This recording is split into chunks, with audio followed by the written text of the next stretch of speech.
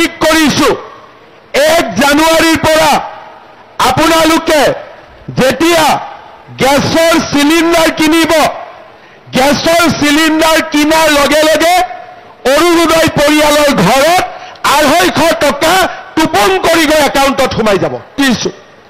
10,000ৰ পৰা 25,000 আমি পাম, কিন্তু তাত এটা সৰু চৰ্ত আছে।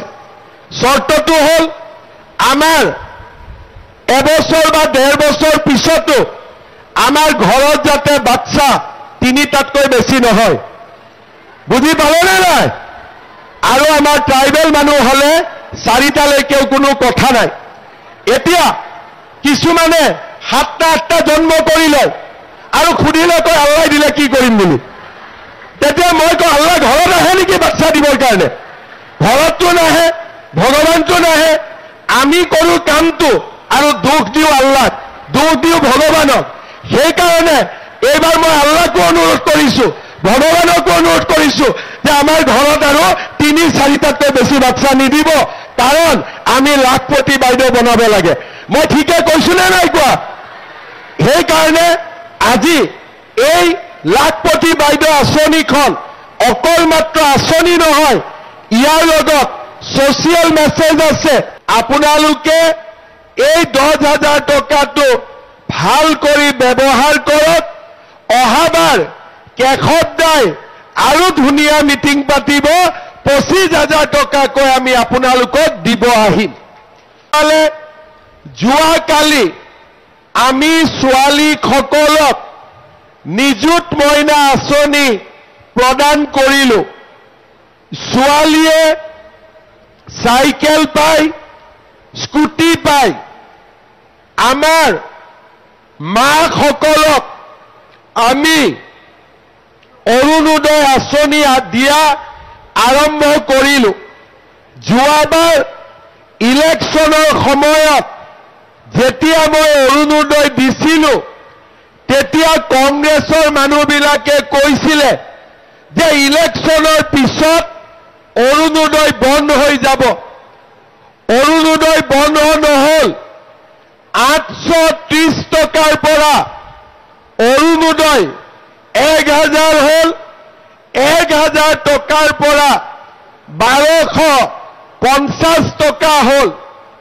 এইবাৰ আমি ঠিক কৰিছোঁ 1 জানুৱাৰীৰ পৰা আপোনালোকে যেতিয়া গেছৰ চিলিণ্ডাৰ কিনিব, গেছৰ চিলিণ্ডাৰ কিনাৰ লগে লগে অৰুণোদয় পৰিয়ালৰ ঘৰত 250 টকা টোপন কৰি গৈ একাউণ্টত সোমাই যাব।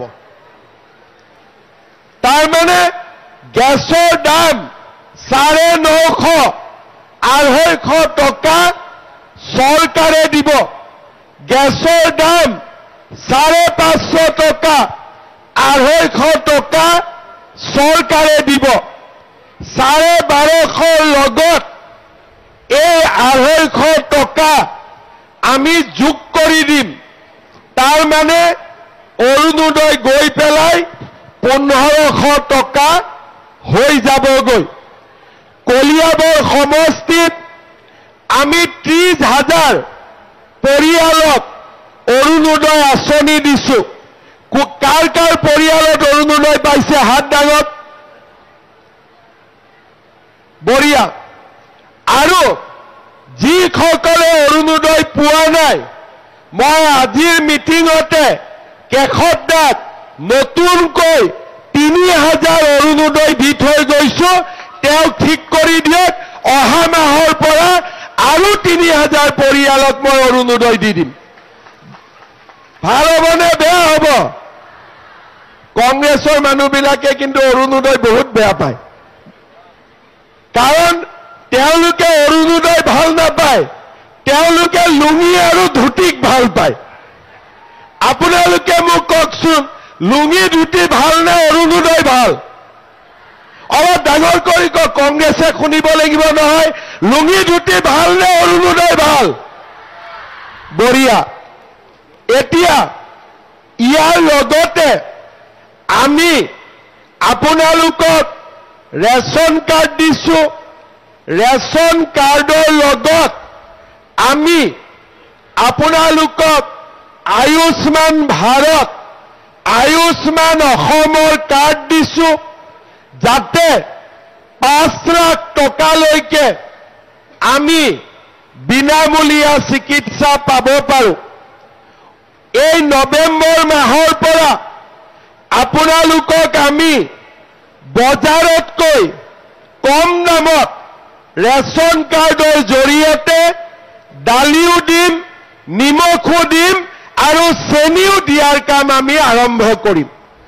দালি পাব, নিমখ পাব আৰু চেনিও পাব, এইখিনিও ব্যৱস্থা আমি হাতত লৈছো। গুৱাহাটীত এখন মিটিং হৈছিলে, মিটিঙত মই কলো যে অহাবাৰ ইলেকশ্যনত জিকিলে এগৰাকী মায়ে, আমাৰ অসমত বহুত মানুহ আছে, গিৰিয়েকে এগৰাকীক বিয়া কৰালে, 3-4 বছৰ পিছত আৰু এজনীক বিয়া কৰায়, 10 বছৰ পিছত আৰু এজনীক বিয়া কৰায়।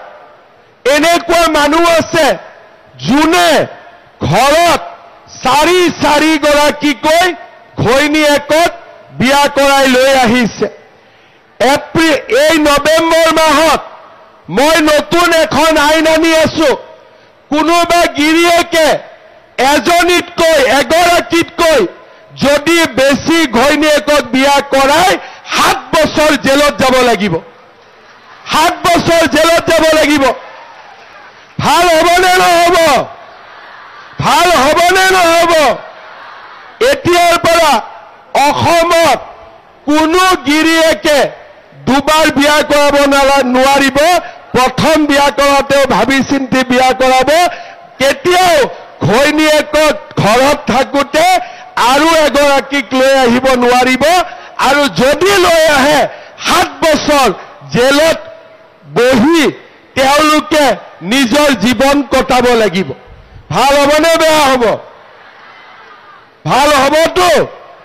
আজি এইবিলাক কাম অসমৰ মহিলাসকলৰ যিবিলাক প্ৰয়োজনীয় কাম আগত কোনেও কৰিব পৰা নাছিল। কৰবাত কৰিলে ভোট কমি যাব, কোনোবাই বেয়া পাব। মইতো একোৱে নুবুজো। ভোট কমক বেয়া পাওক, যদি আই মাতৃসকলৰ আশীৰ্বাদ আমাৰ মূৰৰ ওপৰত থাকে, আমি কাকোৱে খাতিৰ নকৰো, আমি ধুনীয়াকৈ আগবাঢ়ি গৈ থাকিম। সেই ৰাজনীতি আজি আমি কৰিছো আৰু তাৰ কাৰণে আজি অসমত আই মাতৃসকল আনন্দত আছে আৰু তেওঁলোকে লাখপতি বাইদেউ হোৱাৰ সপোন দেখিব পাৰিছে।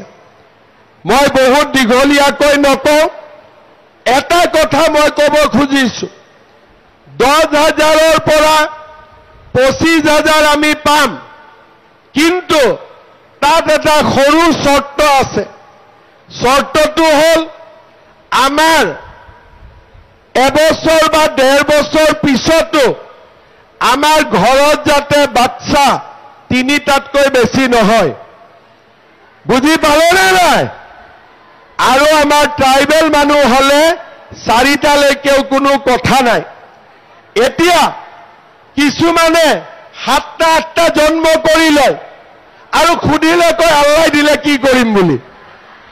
তেতিয়া মই কওঁ আল্লাহ ঘৰত আহে নেকি বাচ্চা দিবৰ কাৰণে? ঘৰততো নাহে, ভগৱানটো নাহে।